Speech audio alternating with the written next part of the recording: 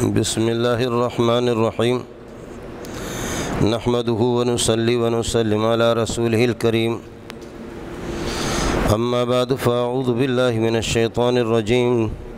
بسم الله الرحمن الرحيم والفجر وليال عشر والشفع والوتر والليل إذا يسر هل في ذلك قسم لذي حجر ألم تر كيف فعل ربك بعاد إرم ذات العماد التي لم يخلق مثلها في البلاد وثمود الذين جابوا الصخر بالواد وفرعون ذي الأوتاد الذين طغوا في البلاد فأكثروا فيها الفساد فصب عليهم ربك صوت عذاب إن ربك لبالمرصاد. اس کو بند کرو.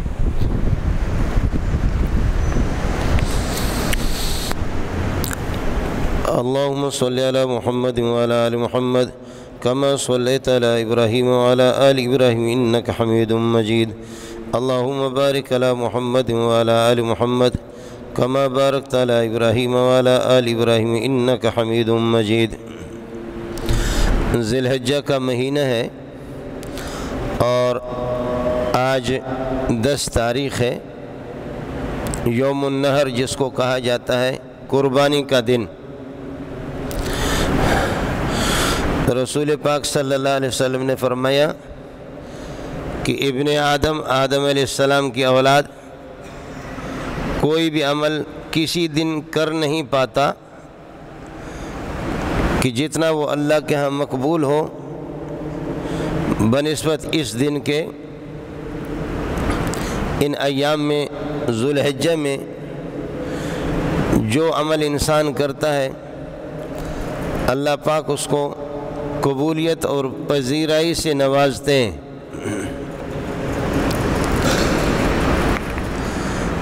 خاص طور پر یہ جو ایام ہیں 10ویں اور 11ویں اور 12ویں، یہ ایام تشریق خصوصی طور پر ان دنوں کو رسول پاک صلی اللہ علیہ وسلم نے فرمایا کہ یہ ضیافت اللہ کے ایام ہیں، یعنی اللہ آپ کا میزبان ہے اور آپ اس کے مہمان ہیں. یہی وجہ ہے کہ ان دنوں میں آج 10 تاریخ 11 تاریخ 12 13 ان دنوں کے اندر روزہ رکھنے کی اجازت نہیں ہے. یہ اللہ کی طرف سے خصوصی مہمانی ہے، آپ کی میزبانی ہے. اللہ میزبان ہے، آپ اس کے مہمان ہیں. آپ نے فرمایا کہ الا لا تصوموا فی هذه الایام، ان دنوں کے اندر روزہ نہ رکھا کرو. فإنها ایام اکل و شرب و بعال، یہ کھانے پینے کے دن ہیں اور جنسی خواہش اپنی پوری کرنے کے دن ہیں. ان دنوں کے اندر روزہ رکھنے سے منع کیا گیا اور روزہ حرام ہے. البتہ جیسے جمعے میں نے آپ سے عرض کیا تھا، یکم ذی الحجہ سے لے کر کے 9 ذی الحجہ تک، یعنی کل کا دن جو منگل کا گزرا ہے، یکم سے لے کر کے 9 تک ان دنوں میں آدمی روزے کا اہتمام کرے. خصوصیت کے ساتھ اس کی ترغیب یہ ہے، احادیث میں وارد ہوئی ہے. قربانی کا عمل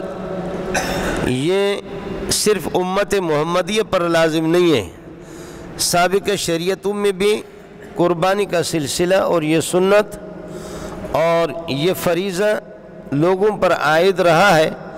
البتہ طریقے مختلف رہے ہیں. خود قرآن کہتے ہیں کہ وَلِكُلِّ أُمَّةٍ جَعَلْنَا مَنْسَكًا لِيَذْكُرُوا اسْمَ اللَّهِ عَلَى مَا رَزَقَهُم مِّن بَهِيمَةِ الْأَنْعَامِ، ہر جماعت کے لیے، ہر امت کے لیے ہم نے قربانی کا طریقہ اور قربانی کی سنت ہم نے مشروع قرار دی ہے اور لازم قرار دی ہے. یہ ایک الگ مسئلہ ہے کہ سابق شریعتوں میں اس طرح بھی ہوتا کہ قربانی اور نظر و نیاز، قربانی کے گوشت کو وہ کھا نہیں سکتے تھے، ان کو اجازت نہیں تھی. جانور قربان کر لیا قربانی کے لیے اور اوپر سے جس کی قربانی قبول ہو گئی تو ایک آگ آ جاتی تھی اور وہ آگ اس کو کھا جاتی تھی. 4 پارے میں ہے حتیٰ یأتینا بقربان تأکلہ النار، ایسی قربانی کی جس کو آگ کھا جائے. ابراہیم علیہ السلام نے جس دمبے کو ذبح کیا تھا حضرت اسماعیل علیہ السلام کے فدیے کے طور پر، اس میں بھی اس کا گوشت بھی ابراہیم علیہ السلام نے نہیں کھایا، وہ گوشت بھی اسی طرح آسمان سے آگ آ کر کے اس گوشت کو وہ غائب کر دیا۔ قربانی کی قبولیت کی پہچان یہی ہوتی تھی کہ اوپر سے آگ آ جائے اور اس کو کھا جائے تو پھر یہ قربانی قبول ہے۔ قربانی کے گوشت بھی ان کے لیے جائز نہیں تھے۔ اسی طریقہ پر یہ کہ مال غنیمت جہاد میں جیسے کہ مال غنیمت ہمیں ہاتھ آ جاتا ہے، یہ بھی ان کے لیے حلال نہیں تھے۔ اللہ پاک نے کرم کر دیا، پیارے پیغمبر صلی اللہ علیہ وسلم کی بدولت اور آپ کی برکت کی وجہ سے آپ اپنے قربانی کا گوشت خود کھا سکتے ہیں۔ اللہ کی طرف سے خصوصیت کے ساتھ یہ اللہ کی طرف سے میزبانی ہے، اللہ آپ کے میزبان ہیں اور آپ اس کے یہ ہے کہ مہمان ہیں۔ اسی طرح مال غنیمت بھی ہمارے ہاں جیسے کہ جہاد شرعی ہو، شرعی جہاد کے نتیجے میں جو مال غنیمت ہاتھ آ جائے وہ مال غنیمت بھی وہ حلال ہے مجاہدین کے لیے، اور اسی طریقہ پر یہ ہے کہ جتنے بھی شرکاء مجاہدین انہی کا حق ہے، کوئی دوسرا وہ لے بھی نہیں سکتا، اللہ کی طرف سے خصوصی انعام ہے۔ زمانے جاہلیت میں یہ ہوتا تھا کہ قربانی جب کرتے تھے تو قربانی بلکہ یہاں تک مشرکین مکہ بیت اللہ کی طواف بھی کرتے اور یہ ہے کہ وہ اپنے بتوں کے نام پہ قربانی کرتے، قربانی کا خون وہ بیت اللہ پر کعبۃ اللہ پر باقاعدہ چھڑکتے تھے اور کعبۃ اللہ کو ملتے تھے خون سے، یہ ان کا عمل تھا۔ بتوں کے خوشنودی کے لیے اگر کوئی قربانی کر دی تو وہ اپنے بتوں پر یہ کہ وہ خون ملتے تھے۔ پیارے پیغمبر صلی اللہ علیہ وسلم نے فرمایا کہ یہ خون بہانا یا یہ ہے کہ یہ گوشت یہ اللہ کو ان کی ضرورت نہیں ہے، لن ینال اللہ لحومہا ولا دماؤہا ولکن ینالہ التقوی منکم کذالک سخرہا لکم۔ لن ینال اللہ لحومہا، اس کے گوشت بھی اللہ کو نہیں ملتے، اللہ کو بھی اس گوشت کی بھی ضرورت نہیں ہے، ولا دماؤہا، نہ اس کے خون کے، ولیکن ینالہ التقوی، لیکن اللہ تعالیٰ یہ ہے کہ آپ کی پرہیزگاری کو دیکھتا ہے۔ پرہیزگاری کیا ہے کہ اللہ کی طرف سے ایک فریضہ ہے جو آپ پر عائد ہے قربانی، آپ خوش دلی سے دل کی رضامندی سے کہاں تک اس کو ادا کرتے ہیں۔ بعض لوگ تو اس طرح کہتے ہیں نا کہ قربانی بھائی پیسہ نہیں ہے، گنجائش نہیں ہے اور یہ ہمارے گلے میں پڑ گیا ہے، گلے میں پڑ گیا۔ اب جو بندہ یہ خود زبان سے کہہ دے یا دل میں یہ سمجھے، دماغ میں یہ سوچے کہ بھائی مجھ پر تو یہ ایک یہ ہے کہ بوجھ ہے، دلی طور پر اس کے لیے وہ آمادہ نہیں ہے، وہ بندہ ثواب کیا حاصل کرے گا؟ اس بندے کو ثواب کیا ملے گا؟ اس لیے اللہ کے نبی نے فرمایا فطیبوا بہا نفسا، خوش دلی کے ساتھ یہ قربانی کیا کرو، خوش دلی کے ساتھ دل تمہارے خوش ہوں اور راضی ہوں، یہ قربانی تمہیں یہ ہے کہ کرنی ہے۔ باقی بادل ناخواستہ اگر آدمی بوجھ سمجھ کر کے کرے گا شاید یہ ہے کہ وہ اس ثواب سے محروم ہو جائے۔ میرے نبی نے فرمایا کہ قربانی کا خون زمین پر گرتا نہیں ہے، اب تک زمین پہ ٹپکتا نہیں ہے، اس سے پہلے اللہ کی بارگاہ میں قبولیت سے اس کو نوازا جاتا ہے اور اللہ تعالیٰ اس کو اپنی بارگاہ میں قبول فرماتے ہیں۔ قربانی کی جن لوگوں کو گنجائش ہے، جن حضرات کو گنجائش ہے اور جن کے پاس یہ ہے کہ نصاب موجود ہے، پھر بھی وہ قربانی کا فریضہ خوش دلی کے ساتھ کرتے نہیں ہیں، سرے سے قربانی ہی نہیں کرتے اور جان چھوڑاتے ہیں، تو میرے نبی نے فرمایا کہ من وجد ساعة لأن یضحی فلم یضحی فلا یقربن مصلانا، جس انسان کے پاس گنجائش موجود ہے قربانی کی لیکن پھر بھی وہ قربانی نہیں کرتا تو وہ ہماری عیدگاہ میں نہ آ جائے۔ اللہ کے رسول کے طرف سے اس قسم کا وعید، اس قسم کی دھمکی اور اس طرح سے ناراضگی کا اظہار کہ جس بندے کے پاس قربانی کی گنجائش موجود ہے، نصاب موجود ہے، پیسے موجود ہے، دولت موجود ہے اس کے پاس، لیکن پھر بھی وہ قربانی کر نہیں پاتا، فلا یقربن فلا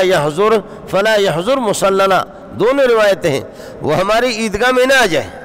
وہ مسلمانوں کے ساتھ یہ ہے کہ عید نہ منائیں۔ جب میرا نبی مجھے عیدگاہ میں آنے کی اجازت نہیں دے رہا، اور میرا نبی جب اتنا ناراض ہے، وہ کہتے ہیں کہ مسلمانوں کے ساتھ یہ آدمی عید ادا نہ کرے، عید کی نماز نہ پڑھے، اس کے بعد میرے لیے رہا کیا؟ اس کے بعد میں امت محمدیہ میں اپنے آپ کو شمار کیسے کر لوں؟ بدبختی ہے، اللہ کی پناہ، اللہ تعالی ہماری ان حکومتوں کو بھی ہدایت دے دیں، بصورت دیگر خدا ان کو غرق کر دے۔ اور کیا ہے، یعنی جو لوگ، کوئی آدمی 2 جانور پالتا ہے، دیہاتی آدمی، کسی نے 4 جانور پال کر کے رکھا ہے، اور اس کی پوری زندگی کا سرمایہ یہی ہے کہ عید کے موقع پر یہ جانور میں بیچوں گا، مجھے 50,000 مل جائیں گے، 60-70,000 مجھے مل جائیں گے، پورے سال کی زندگی کا سرمایہ یہی ہے، وہ اپنا گھر چلائے گا۔ 2 بکریاں پال کر کے رکھا ہے، لیکن یہ ہے کہ یہاں وہ منڈی میں لا نہیں سکتا، ایک سے ایک بھتہ خور موجود ہے، ایک سے ایک بھتہ خور موجود ہے۔ حکومتی پولیس کا بھتہ الگ ہے، رینجر کا الگ ہے، آرمی کا الگ ہے، اور اللہ آپ کا بھلا کرے MKO کا بھتہ الگ ہے، دیگر جو بدماش ہیں ان کے بھتے الگ ہیں، جانوری لوگ نہیں نہ آ رہے۔ جس طرح ہماری منڈی میں جانوروں کا رش ہوتا ہے، جس طرح جتنے جانور زیادہ ہوتے ہیں اتنے قربانی کرنے والے لوگوں کے لیے کچھ جانور سستے ان کو مل جاتے ہیں، لیکن جب جانور ہی کم ہے، ناپید ہے، اور کوئی لا بھی نہیں رہا، ڈر رہے، جانور اللہ آپ کو بھلا کرے 50-60 ہزار کا اس نے پال کر کے رکھا ہے غریب نے، یا کہیں سے خریدا ہے کہ 4 روپے مجھے اس میں فائدہ ہو، وہ یہ سارے بدماش دنیا کے بیٹھے ہوئے ہیں، ایک سے ایک بھتہ خور موجود ہے۔ ایسی صورت میں نہ جانور لانے والے دیہاتی لوگ جانور لا رہے ہیں، اور نہ ان غریبوں کے لیے اتنی سہولتیں قربانی کرنے والوں کے لیے۔ تاہم میری طرف سے اور آپ کی طرف سے ہماری کوشش یہی ہونی چاہیے، اللہ پاک ان لوگوں کو ہدایت دے دے بصورت دیگر، پروردگار راستے سے ان کو ہٹا کر کے، اس لیے کہ ہمارے ملک میں ایک سے ایک، نام اس کا پاکستان ہے، پاک ہے، باقی ہے ہی نہ پاک۔ جس آدمی کے پاس 90,000 کی ملکیت موجود ہو، 90,000 کیش اور نقد نہیں، 90,000 کیش اور نقد نہیں، اس کے پاس اس قسم کی پراپرٹی اور اس قسم کی جائیداد، یا اس قسم کی یہ کہ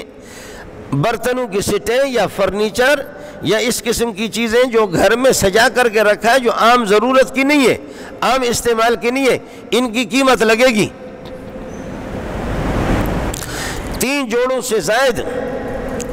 اگر کپڑے کی 3 جوڑوں تک ضرورت ہے، 4 جوڑے ہیں، 5 جوڑے ہیں، 6 جوڑے ہیں، اب 3 جوڑوں سے زائد کپڑوں کی قیمت لگے گی۔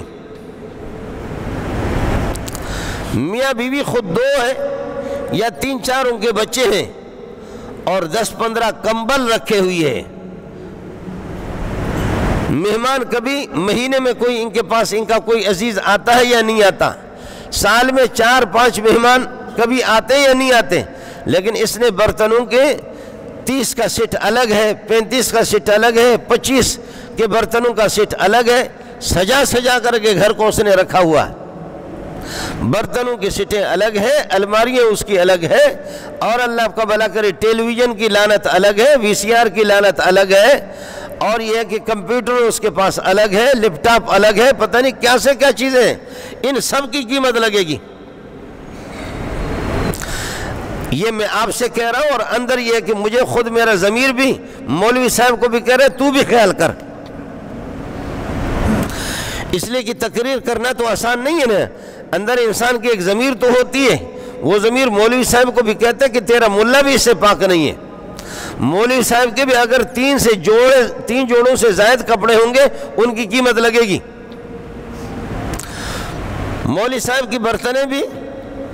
وہ بھی اگر یہ کہ ضرورت سے زائد ہوں گے ان کی قیمت لگے گی، لیپ ٹاپ مولوی صاحب کے پاس موجود ہے اس کی قیمت لگے گی، یہ لعنت والا ٹچ والا جو موبائل ہے اس کی قیمت لگے گی، 50,000 کے موبائل ہے، 1,00,000 1.5 والے موبائل رکھا، قربانی نہیں کر رہا،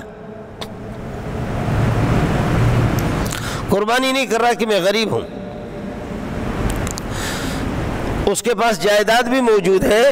مکان کرایہ کی بھی موجود ہے، دکانیں بھی موجود ہے، گاڑیاں اس کی کرایہ پر چل رہی ہے، لیکن اس وقت مولوی صاحب میرے پاس 90,000 روپے نہیں، تو جا کھڈے میں جس طرح بھی کر لے۔ اس قسم کے مولوی صاحب کو دھوکے دینے سے تیرا مسئلہ، تیری ذمہ داری اللہ کی طرف سے جو تیرے کندھوں پر عائد ہے، اس ذمہ داری سے تیری جان نہیں چھوٹے گی۔ اگر کسی کے پاس 3 جوڑوں سے زائد کپڑے، زائد فرنیچر، الماریاں، کمبل، برتنوں کے سٹیں، لیپ ٹاپ، وی سی آر، ٹیلی ویژن، یہ جتنے بھی لعنتیں ہیں، ان سب کی قیمت لگے گی۔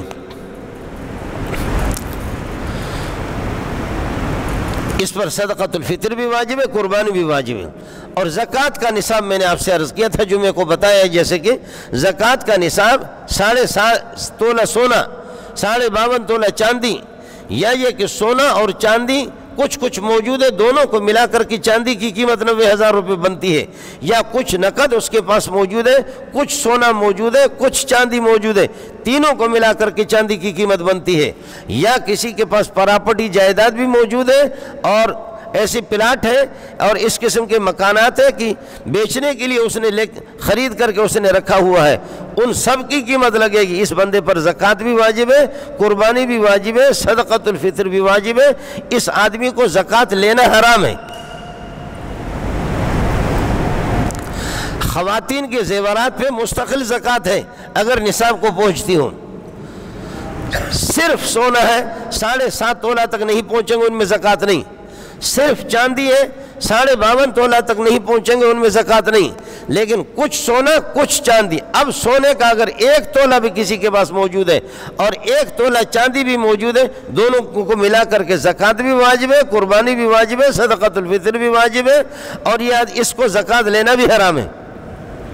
ہماری بہنیں اور ہماری بیٹیاں یہ کہتی ہے کہ مولوی صاحب ہمارے پاس پیسہ نہیں ہے۔ سونا خود پیسہ ہے، چاندی خود پیسہ ہے، اور پھر پورے گھر کے طرف سے بیوی کی پراپرٹی اور اس کی جائیداد اور اس کے زیورات الگ، وہ قربانی کی نصاب کا مالکہ الگ ہے، اور صدقۃ الفطر کا نصاب اس کے پاس موجود ہے، زکوٰۃ کا نصاب اس کے پاس موجود ہے، شوہر کے پاس الگ نصاب موجود ہے۔ بیٹے ہیں وہ گھر میں رہ رہے ہیں، لیکن یہ کہ ان کی کمائی والدین سے الگ ہے۔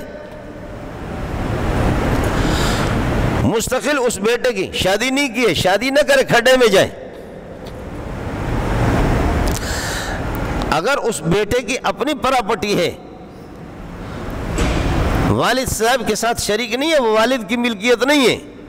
ان بیٹوں کی اپنی اگر پراپرٹی موجود ہے، 90,000 تک جو میں نے آپ سے عرض کیا کہ اگر ان کی قیمت پہنچ جاتی ہے، یا 90,000 سے زائد،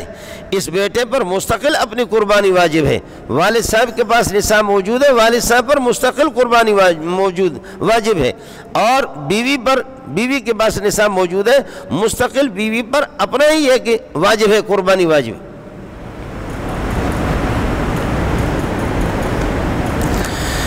اس لیے ہاں اگر یہ ہے کہ شوہر بیوی کو یہ کہہ دے اور بیوی اس سے اپیل کر دے کہ میرے پاس نقد نہیں ہے، میرے پاس نصاب موجود ہے، آپ میری طرف سے قربانی کر لے، شوہر کی طرف سے بیوی قربانی کر لے اور یہ قربانی دے دے کہ آپ کے پاس نصاب موجود ہے لیکن نقد نہیں ہے، میں آپ کی طرف سے اور اپنی طرف سے قربانی کر رہی ہوں، بیٹا ان کی طرف سے قربانی کر دے۔ لیکن جب نصاب ہر ایک کے پاس موجود ہے، الگ تھلگ بیٹے کی پراپرٹی الگ ہے، بیوی کی الگ ہے، بیوی کے زیورات الگ ہے، یہ ظاہر سی بات ہے کہ خواتین اپنے زیورات تھوڑی شوہر کو وہ دیتی ہے، وہ تو نہیں دیتی، ان کی زیورات ان کی ملکیت ہے، سونا ہے، چاندی ہے، اور 3 جوڑوں سے زائد کپڑے ہیں، ان کپڑوں کی بھی قیمت لگے گی۔ مجھے معلوم نہیں ہے یہ سندھی اور مہاجر اور پٹھان، اللہ ان کو جزا خیر دے، پھر بھی ان حضرات کے ہاں خواتین کے کپڑے اتنی قیمتی نہیں ہوتی۔ میں بلوچوں کی بات کر رہا ہوں کہ صرف سلائی کی، خاتون کی ایک جوڑے کے سلائی 45,000 50,000 صرف سلائی، وہ کشیدہ کاری جو اس پر کرتی، کڑھائی پتہ نہیں کیا کہتے ہیں اس کو، ایک جوڑا 40,000 کا آ جائے، اگر 2-3 جوڑے اس کے پاس موجود ہیں، 3 جوڑوں سے 3 جوڑے تو ان کی ضرورت کے، اس سے زائد جتنے بھی کپڑے، ان کپڑوں کی قیمت لگے گی۔ اس لیے میرے نبی نے فرمایا کہ ہر بندے کو پتہ ہوتا ہے اپنے اندر کا، مولوی صاحب کے سامنے گول مول کرنے سے کیا فائدہ ہوگا؟ جناب میرے پاس پیسے نہیں ہے، میرے پاس نقد موجود نہیں ہے۔ الگ جانور اگر آپ چھوٹا جانور نہیں لے سکتے، بعض مہنگے ہوتے ہیں، اور چھوٹے جانور میں بھی درمیانے قسم کا جانور بالکل لاغر اور دبلا، اس کی تو قربانی بھی نہیں ہوتی کہ جو قربانی گاہ تک بھی نہ چل سکے۔ ہمارے لوگ دیتے ہیں، اللہ آپ کا بھلا کرے، بیکار سے بیکار، کسی کے پاس 150 بکریاں، کسی کے پاس 200 بکریاں، ان میں سے دے کر بیکار قسم کی بکری ہے، اسی کو اللہ آپ کا بھلا کریے کہ وہ قربانی کے لیے اسی کو پیش کرے گا۔ زکوٰۃ میں مولوی صاحب کو اور فقیر کو اور مسکین کو زکوٰۃ میں بھی اس قسم کے بیکار مال پیش کرے گا۔ شرعی طور پر یہ ہے، اگر اعلیٰ قسم کا بھی آپ نہ کریں اور بالکل ادنا بھی نہ کریں، درمیانے قسم کا جانور۔ وہ صحابی زکوٰۃ لینے کے لیے چلا گیا دیہات میں،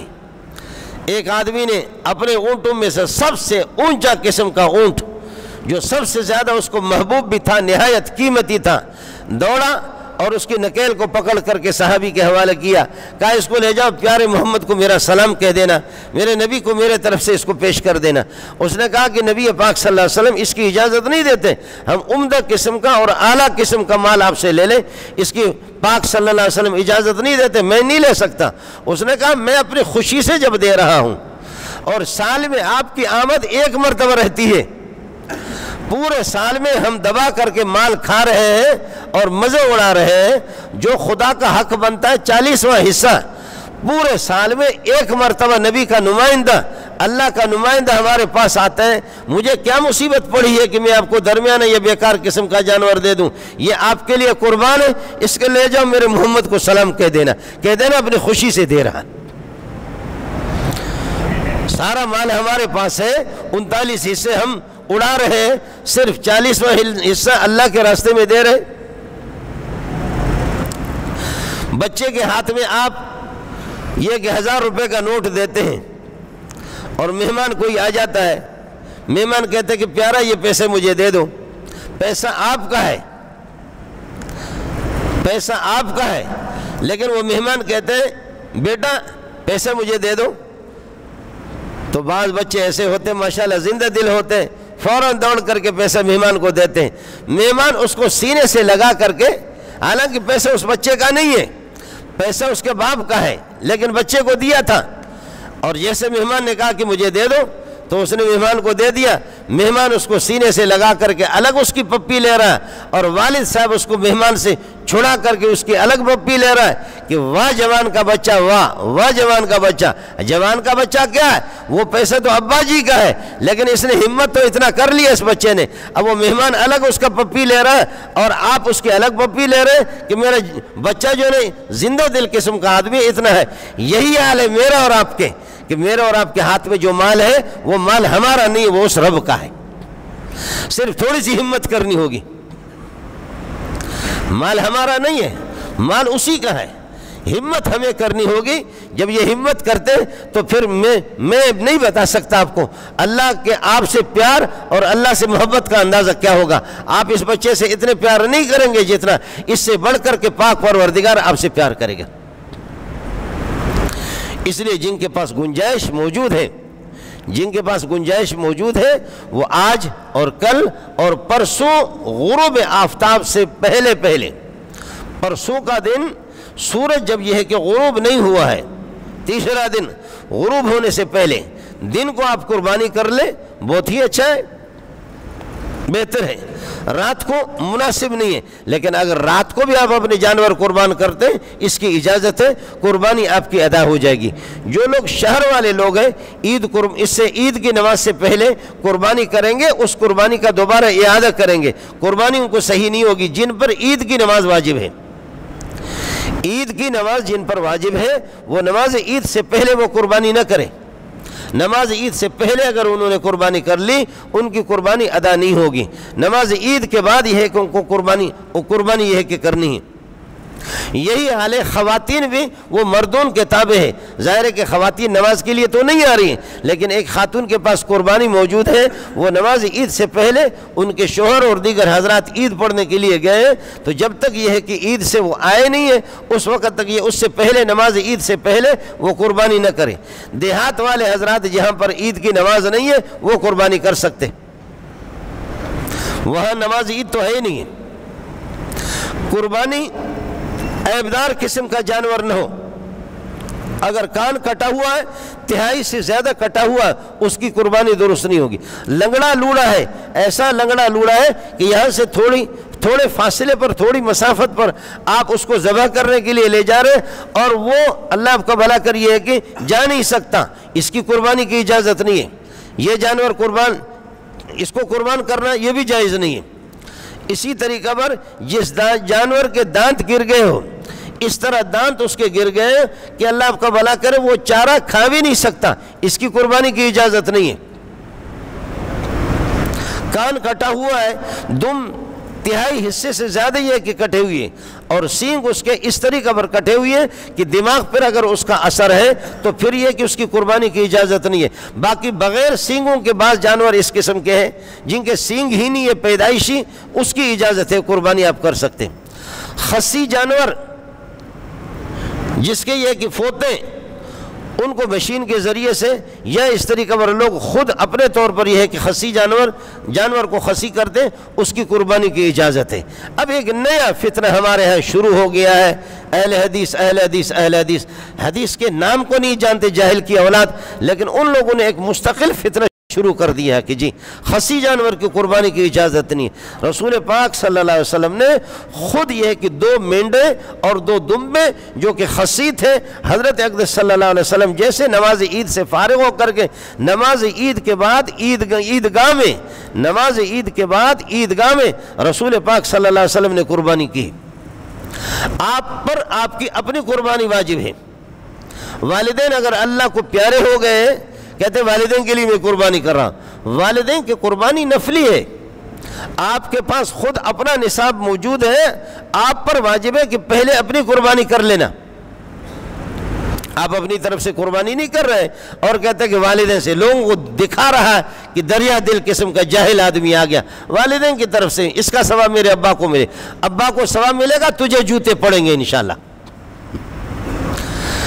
ابا کو اگر ثواب بھی ملے گا، تجھے جو تیری چمڑی تو اتاری جائے گی۔ واجب تجھ پر خود ہے، فرض تجھ پر خود اپنا ہی ہے، اپنی قربانی آپ نے کرنی ہے، والد صاحب کی طرف سے کر رہا۔ خدا جن کو توفیق دے دے، اگر نصاب کسی کے پاس موجود ہے، پہلے وہ اپنی قربانی کر لے، واجب اس پر ہے کہ اپنی قربانی کر لے۔ اس کے بعد اگر وہ کوئی قربانی پیارے محمد کے لیے کرتا ہے، سبحان اللہ، وہ 1.25 لاکھ انبیاء کے ایصال ثواب کر لیتا ہے، سبحان اللہ۔ اپنی قربانی کے بعد کوئی قربانی نفلی کر کے پروردگار اس کا ثواب پوری امت کو پہنچا دینا، امت محمدیہ کو، سبحان اللہ۔ حضرت اقدس صلی اللہ علیہ وسلم کے وصال کے بعد، نبی پاک صلی اللہ علیہ وسلم کے وصال کے بعد مستقل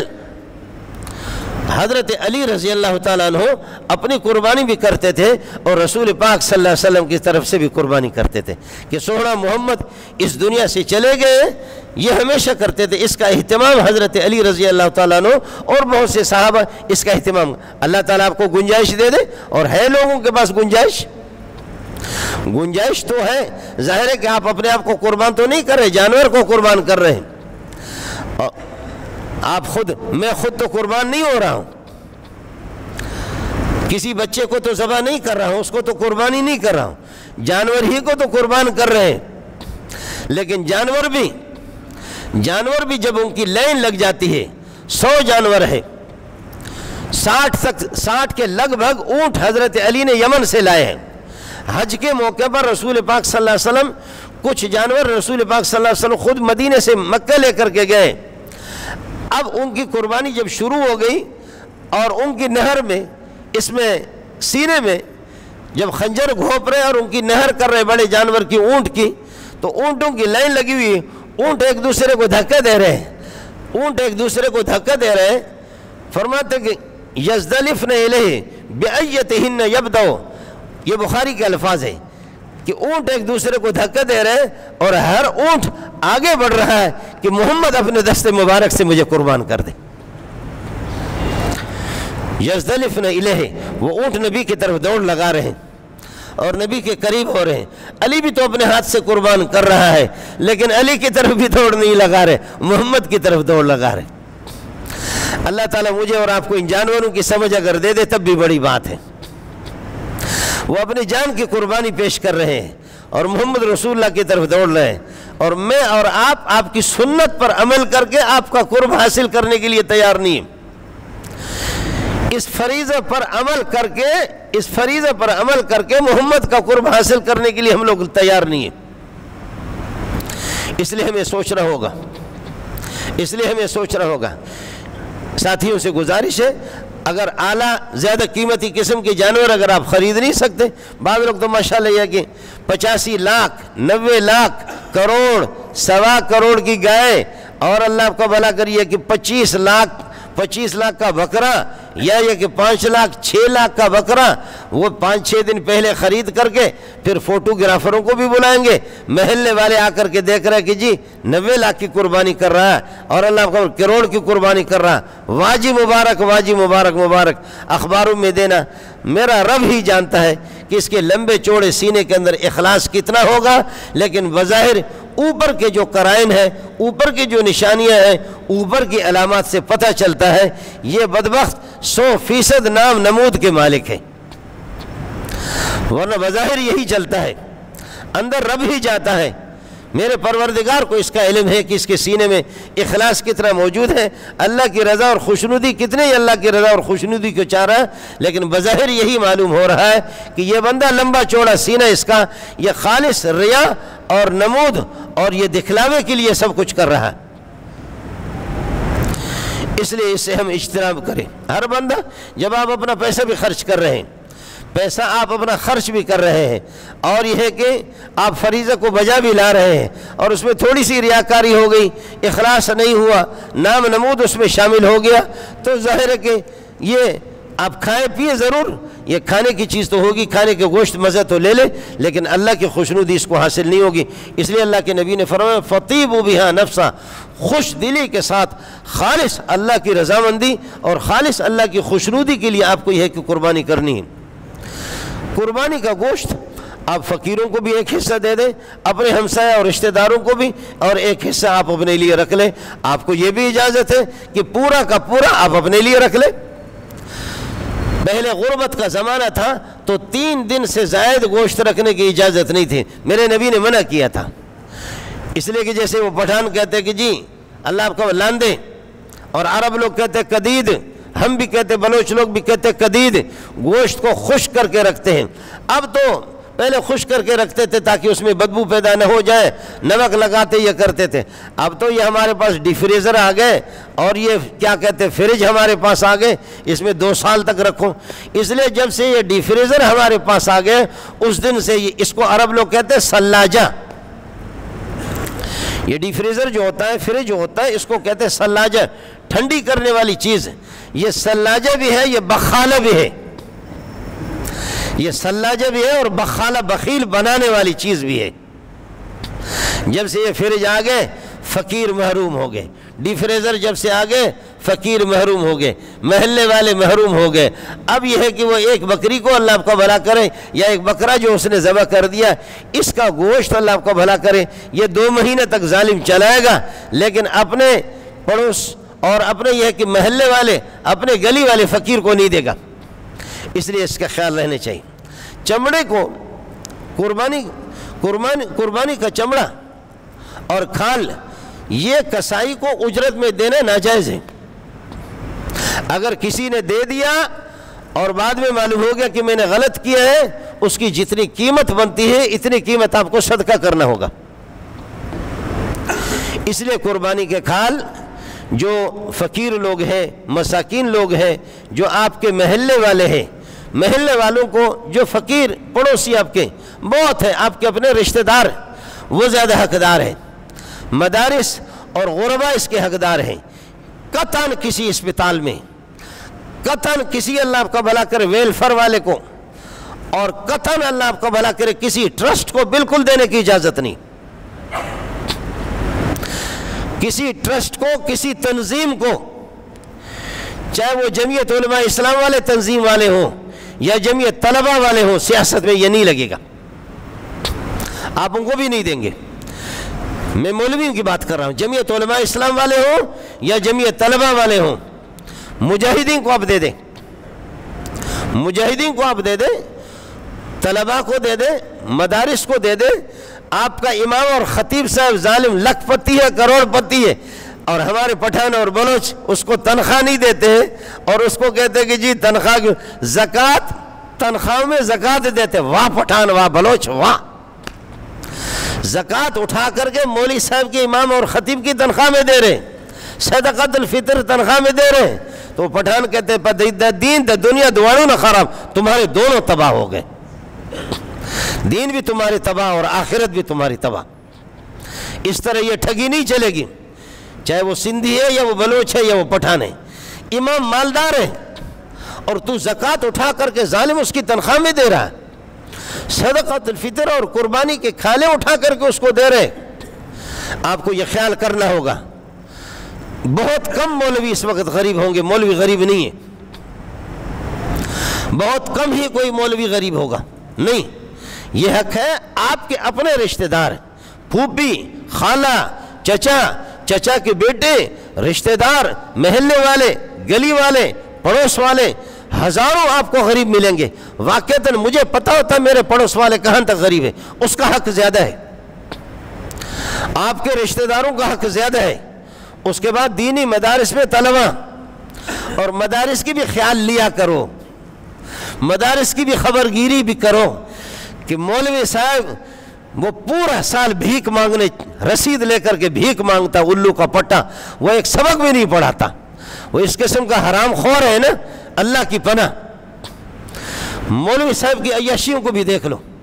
ان چیزوں کا خیال کر لو کہ کہاں طلبہ ہے یا نہیں ہے, کتنی پڑھائی ہے, یہ چیز مصرف پہ لگ رہا ہے یا نہیں لگ رہا. آپ کو کوئی دنیا کے سلسلے میں آپ سے 5 روپے بھی چھین نہیں سکتا, تو آپ اپنے صدقات کو, قربانیوں کو پھر کیوں خراب کر رہے ہیں, زکوٰۃ کو آپ اپنے کیوں خراب کر رہے ہیں. اس وجہ سے آپ یہ ہے کہ کھال, میں نے عرض کیا کہ غریبوں کو, فقیروں کو, مسکینوں, کسی ٹرسٹ کو, کسی تنظیم کو, چاہے وہ MKM والے ہوں یا وہ پٹھانوں کی تنظیم ہو یا وہ مولویوں کی تنظیم ہو, ہاں مجاہدین کو دے سکتے. مجاہدین کو بھی بعض ماشاءاللہ یہاں مجاہدین کے لیے بھی لوگ کروڑوں چندہ کر کے مجاہدین کو پہنچتا بھی نہیں ہے. اس میں آپ کو بھی پتہ ہوگا, آپ کو بھی پتہ ہوگا, یہ ہم سے پتہ کر کو ہم آپ کو بتائیں گے کہ کون مجاہدین کو پہنچاتا ہے. خدا کی قسم, یہاں میں اللہ کے گھر میں بیٹھا ہوا آپ کو بتا رہا ہوں, مجاہدین کے نام پہ اتنے حرام خور ہے اس دنیا کے اندر, اللہ کی پناہ. اور طالبان کو خدا جیسے وہاں سے فارغ کر دے, ایک ایک کا ان کو پتہ ہے انشاءاللہ ان کی کھال اتاریں گے. وہ ایسے مرد کلندر ہیں, ان کو ایک ایک کا پتہ ہے کہ کوئٹہ میں اور اسلام آباد میں اور پنڈی میں, کراچی میں ہمارے نام پہ کس نے کتنا کمایا ہے, ایک ایک کا ان کو پتہ ہے. وہ ایسے مرد کلندر ہے, ان کی نگاہ بہت دور تک جاتی ہے, ان کو سب کچھ پتہ ہے. خدا امریکہ سے ان کو فارغ کر دے, وہ انشاءاللہ اس قسم کے کھلاڑیوں کا بھی وہ ان کی حساب بھی وہ لے لیں گے. ایک ایک مولوی کا بھی ان کو پتہ ہے, ایک ایک اللہ آپ کا بھلا کریے کہ اس قسم کے گیمر اور گیم باز کے ایک ایک کا ان کو علم ہے. اس لیے کھال آپ فقیروں کو, مسکینوں کو دے دیں, مجاہدین کو آپ دے دیں. واقعتاً مجاہدین تک وہ پتہ ہوتا, مجھے بھی آپ کو بھی پتہ ہوتا کہ کون مجاہدین کے نمائندے, سب کو پتہ ہوتا. سمجھے, یہ باتیں کرنے کی یہاں پر نہیں ہے, لیکن خدا کا ایک حکم ہے, مسئلہ ہے, اس لیے میں نے آپ کو بتا دیا. یہ باتیں کرنے کی نہیں ہوتی ہے, ورنہ ہمارے لوگ تو کہتے ہیں کہ جی شوکت خانم میں دینا کھال حرام ہے, وہاں دینا. سمجھے, سول اسپتال میں دینا حرام ہے, اس میں ہندو بھی اور اس میں غیر مسلم, اس میں مالدار, ان سب کا علاج کیا جاتا ہے. کوئی تملیغ نہیں ہوتی, کوئی ملکیت نہیں ہوتی. غیر مستحق لوگ وہ, ان کو بھی آپ کھال دیتے ہیں, شوکت خانم میں بھی آپ دیتے ہیں, اور چودھری فواد کو بھی آپ دیتے ہیں. اب انہوں نے یہ کر دیا کہ کھال کی قیمت ختم کر دی تاکہ مدارس بند ہو جائے. مدارس تمہارا باپ بھی بند نہیں کر سکتا, تم کر لو، تم ہم سے پہلے ذلیل، مفلوج تو تم ہو، تم ہم سے بڑے بہکاری ہو، تم غیرت بھی بیچتے ہو، ایمان بھی بیچتے ہو، اسلام بھی بیچتے ہو، کلمے بھی بیچتے ہو، تمہارے یہاں تو کچھ بھی نہیں ہے، ہم تو الحمدللہ اسلام پھر بھی باقی ہے، ایمان غیرت تو پھر بھی باقی ہے، تم مولوی سے پہلے مفلوج ہو جاؤ گے، مولوی سے پہلے انشاءاللہ خدا تمہارے ان اداروں کو ذلیل کر دیا اور کر کے چھوڑ دے گا، یہ پہلے ذلیل ہو چکے اور مزید ذلیل ہوں گے۔ یہ ایک سازش انہوں نے چلا دی، سازش چلا دی کہ اب کھالوں کی قیمت بھی، کچھ مدارس جو ہے اس پر پلتے ہیں، اس لیے آپ سے میری گزارش ہے، کھال کو آپ خود اپنے لیے مصلی بھی بنا سکتے ہیں، چھوٹی کھالوں کو اپنے استعمال میں بھی لا سکتے ہیں، لیکن اگر آپ اس کو بیچیں، آپ کو اجازت خود اپنے طور پر بیچ کر کے کسی مدرسے میں پیسے، میں اپنے مدرسے کا نہیں کہہ رہا ہوں، یہاں 2000 کے لگ بھگ طلبہ ہے، آپ صرف یہ ہے کہ 8-10 دن کے بعد، اب تو چھٹیاں ہیں، 8-10 دن کے بعد آپ آ جائیں، کسی ٹائم پہ آپ چھاپا لگاؤ، کسی ٹائم پہ آپ چھاپا لگاؤ، دارالعلوم ہو، بنور ٹان ہو، جامع فاروقیہ ہو، احسن علوم ہو، اور ادارے ہیں سارے، اللہ کے فضل و کرم سے سب کام کر رہے ہیں، کوئی ادارہ بند نہیں ہوگا ان لوسیوں کی وجہ سے، میرا رب ان کو بیماریوں کا بھی حوالہ کر دے گا، میرا رب ان کو مفلوج بھی بنا دے گا، انشاءاللہ کبھی بھی ادارے بند نہیں ہوں گے، ادارے بند ہوں گے تو سورج بھی رک جائے گا، ادارے بند ہو جائیں گے تو چاند بھی رک جائے گا، ادارے بند ہو جائیں گے تارے بھی غائب ہو جائیں گے، ادارے جب بند ہو جائیں گے مدارس اور تبلیغی جماعت کا سلسلہ رکے گا تو پھر پہاڑ بھی اڑیں گے، دریا بھی طغیانی میں آ کر کے سرکشی میں آ جائیں گے، کوئی ماں کا لال نہیں رہے گا۔ یہ میرے پاس وقت نہیں ورنہ میں آپ کو بتا دیتا۔ یہاں سے نماز سے فارغ ہونے کے بعد جو لوگ 2-3 دن ایک دوسرے سے ملے نہیں ہیں وہ ایک دوسرے سے ملے، اور تقبل اللہ منا ومنکم صالح اعمال واعمالکم، اس طرح یہ ہے کہ اب یہ دعا کر دے کہ اللہ آپ کے اعمال کو، نیک اعمال کو، میرے اعمال کو اپنی بارگاہ میں قبول فرمائے۔ باقی یہ ہے کہ یہ ایک مستقل سنت کی جی، 2 آدمی ایک گھر سے آ گئے، نماز پڑھ لی، اس کے بعد اختر دے مبارک شے آپس میں ملتے عید مبارک دیتے، اس کا ثبوت نہیں ہے، لیکن بلوچ ملتا ہے تو اس کو کون روکے گا، اور پٹھان ملتا ہے تو اس کو کون روک سکتا ہے، اور مہاجر ملتا ہے، مولوی کی باپ کو بھی طاقت نہیں اس کو روک سکے، لیکن شرعی مسئلہ یہی ہے جو میں نے آپ سے عرض کر دیا۔ اب نماز عید کی آپ تیاری فرمائیں۔ نماز عید الاضحیٰ 2 رکعت ما زائد 6 تکبیروں کی، جیسے جماعت کھڑی ہوگی پہلی تکبیر کہہ کر کے آپ ہاتھ باندھیں گے، سبحانک اللہم و بحمدک و تبارک اسمک و تعالی جدک و لا الہ غیرک پڑھ کر، اس کے بعد پھر اللہ اکبر، ہاتھ چھوڑ دیں گے، پھر اللہ اکبر، پھر ہاتھ چھوڑ دیں گے، پھر اللہ اکبر، تیسری مرتبہ ہاتھ باندھیں گے، اس کے بعد یہ ہے کہ قرات ہوگی، یہ رکعت اس طریقے پر پوری ہوگی۔ دوسری رکعت میں پھر یہ ہے کہ پہلے قرات ہوگی اور سورہ فاتحہ اور سورت ملایا جائے گا، اور اس کے بعد پھر یہ ہے کہ 3 تکبیریں کہہ کر کے آپ ہاتھ چھوڑ دیں گے، اور چوتھی تکبیر پر رکوع میں چلے جائیں گے، اور اس طریقے پر نماز پوری ہو جائے گی۔ سلام پھیرنے کے بعد زور سے اللہ اکبر لا الہ الا اللہ واللہ اکبر وللہ الحمد، یہ تکبیرات بھی آپ کو پڑھنا ہے۔ اس کے بعد یہ ہے کہ خطبہ ہوگا اور دعا ہوگی اپنے لیے، امت مسلمہ کے لیے، اپنے اولاد کے لیے، اپنے عزیز و اقارب کے لیے، پوری امت کے لیے، ملک کے لیے، حرمین شریفین کے لیے خصوصی دعا کر لیں۔ کیا کہہ سکتا ہوں آپ کو، کیا کہہ سکتا ہوں آپ کو، حرمین کو تصویروں میں بھی دیکھ لیں، اور اللہ آپ کا بھلا کر یہ ہے کہ ٹیلی ویژن پہ دیکھ لیں۔ ان بےغیرتوں کو یہ منہ دکھانے کے قابل بھی نہیں ہے، جہاں پر 50 لاکھ کا مجمع ہوتا تھا حاجیوں کا، اب وہاں پر 1000 افراد بھی نہیں ہیں، وہاں پر 1000 افراد بھی نہیں ہیں۔ یہاں پر حرم شریف میں مسجد حرام کے اندر، یہاں طواف کے اندر 4-5 لاکھ لوگ طواف کرتے تھے، اب یہ ہے کہ وہاں پر یہ ہے کہ 20-30 آدمی نہیں ہے، کرونا۔ میرا رب تمہیں ہدایت دے دے یا اللہ، تمہیں کرونا کا شکار بنا دے۔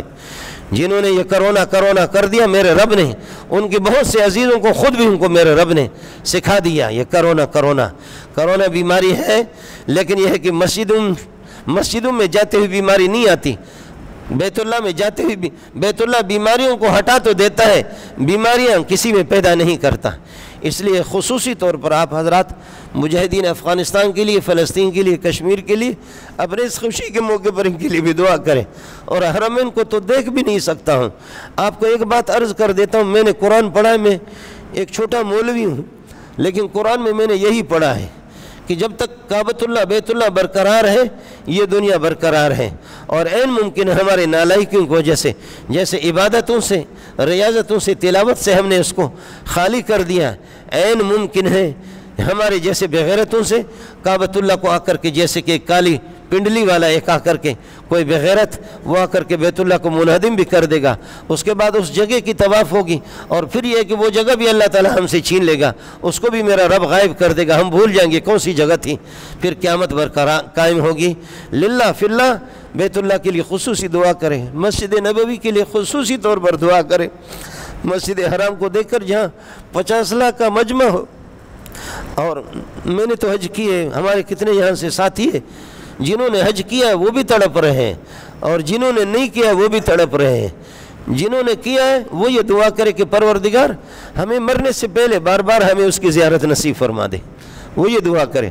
اور جنہوں نے حج نہیں کیا جو بدبخت قسم کے لوگ ہیں وہ بھی خصوصی دعا کر دے کہ پروردگار مرنے سے پہلے اور ان خبیثوں کے ہاتھ سے نکال کر کے بیت اللہ کو پروردگار ہماری زندگی میں ہمیں بیت اللہ کی زیارت کرا دے، مسجد نبوی کی ہمیں زیارت کرا دے۔ ایسا نہ ہو کہ میرے ساتھی یہاں جو ہزاروں کی تعداد میں بیٹھے ہوئے، ایسا نہ ہو کہ میرے اور آپ کی نالائکی کی وجہ سے قیامت قائم ہو جائے اور آپ مسجد نبوی کو دیکھ نہ سکیں اور مسجد حرام کو دیکھ نہ سکیں، بہت برا حال ہے۔ نماز کی تیاری کر لیں آپ۔